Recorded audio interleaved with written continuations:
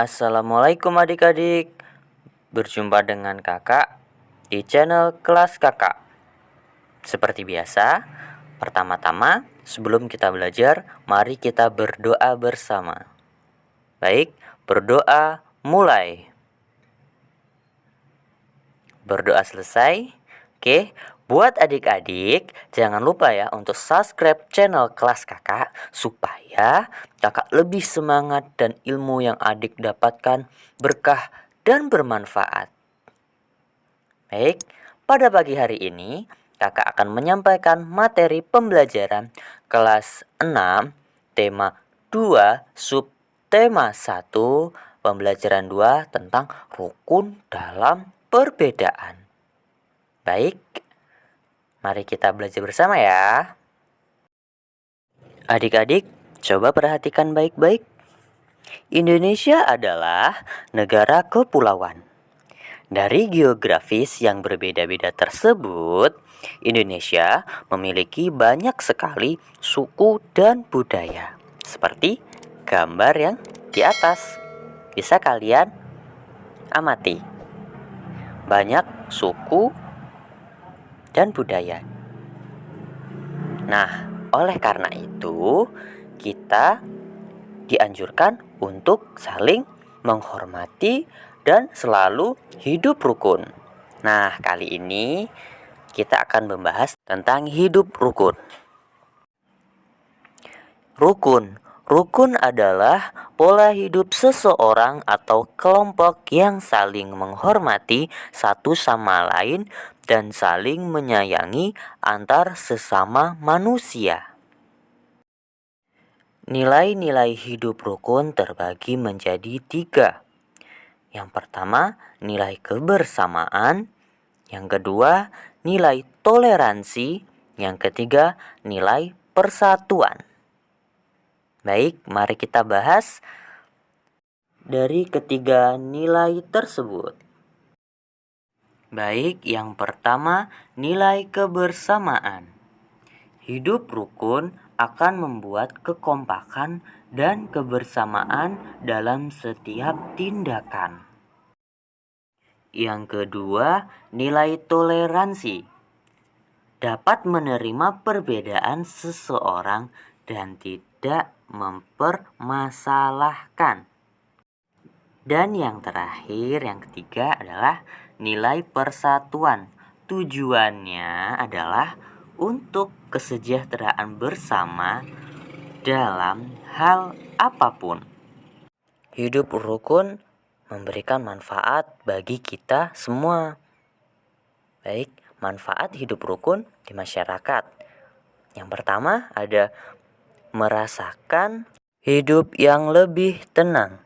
Yang kedua, hidup lebih mudah dengan saling membantu. Dan yang ketiga, terciptanya lingkungan yang aman. Mari kita dengarkan bersama teks cerita di atas. Perbedaan yang menguatkan. Kampung Cempaka adalah sebuah kampung transmigran. Warganya berasal dari berbagai daerah padat di Pulau Jawa. Hal itu menjadikan mereka berbeda suku maupun agama. Di kampung Cempaka, hiduplah 5 orang sahabat. Ada Asnah yang berdarah Sunda, Utami dari Banyuwangi, Tony seorang anak etnis Tionghoa yang sebelumnya tinggal di Semarang, Wande dari suku Tengger di Jawa Timur, dan Marta, anak seorang pendeta yang dahulu tinggal di Solo. Di kampung Cempaka, rumah mereka bersebelahan dan mereka pergi ke sekolah yang sama. Itu sebabnya mereka sangat akrab.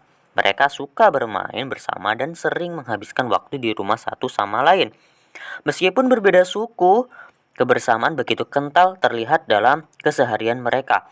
Bersama anak-anak lain di kampung Cempaka, mereka setiap hari Minggu berkumpul di balai utama kampung. Biasanya, selain berolahraga bersama, mereka juga kerap berkeliling ke rumah warga, membantu melakukan apa saja yang dibutuhkan warga. Kadang-kadang mereka membantu warga lanjut usia, sekedar membereskan rumah atau menyiapkan makanan. Sesekali, mereka juga membantu orang tua yang sedang bekerja bakti, membersihkan lingkungan. Dari Tony, mereka belajar menari barongsai, lalu mereka ajarkan tarian itu kepada anak-anak kampung. Sementara itu, setiap tiba saat panen, Wande dan keluarganya akan sibuk memimpin warga membuat tumpeng gede, yaitu nasi khas dari daerah Tengger yang dibuat untuk mensyukuri berkah Tuhan dalam wujud panen raya. Sikap toleransi yang ditunjukkan kelima sahabat itu memang sekedar berupa hal-hal kecil.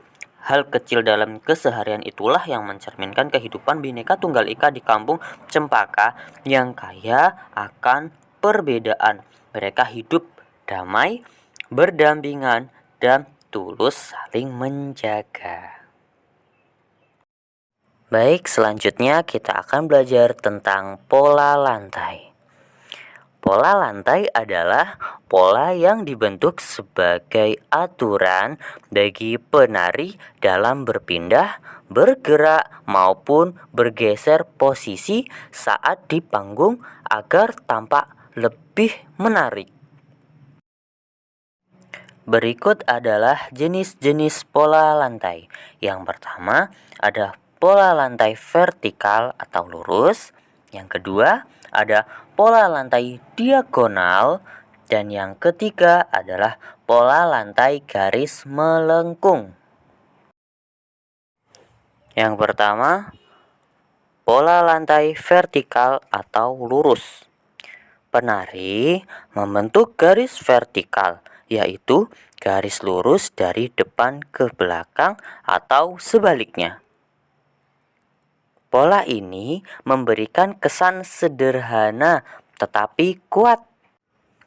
Pola ini bermakna tentang hubungan antara manusia dengan manusia lainnya serta kehidupan sehari-hari. Yang kedua, pola lantai diagonal. Penari berbaris membentuk garis menyudut ke kanan atau ke kiri. Kesannya dinamis atau kuat. Makna dari pola lantai diagonal mengenai hubungan antara manusia dengan lingkungan.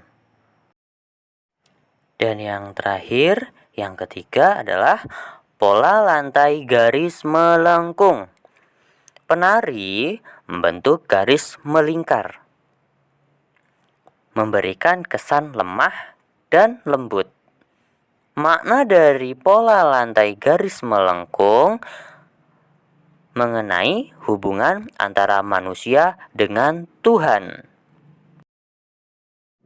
Terima kasih adik-adik sudah menonton channel Kelas Kakak. Semoga adik-adik makin rajin belajarnya dan semoga ilmu yang adik dapatkan bermanfaat. Dan jangan lupa untuk like and subscribe channel kakak ya. Sekian dari kakak, terima kasih. Wassalamualaikum warahmatullahi wabarakatuh.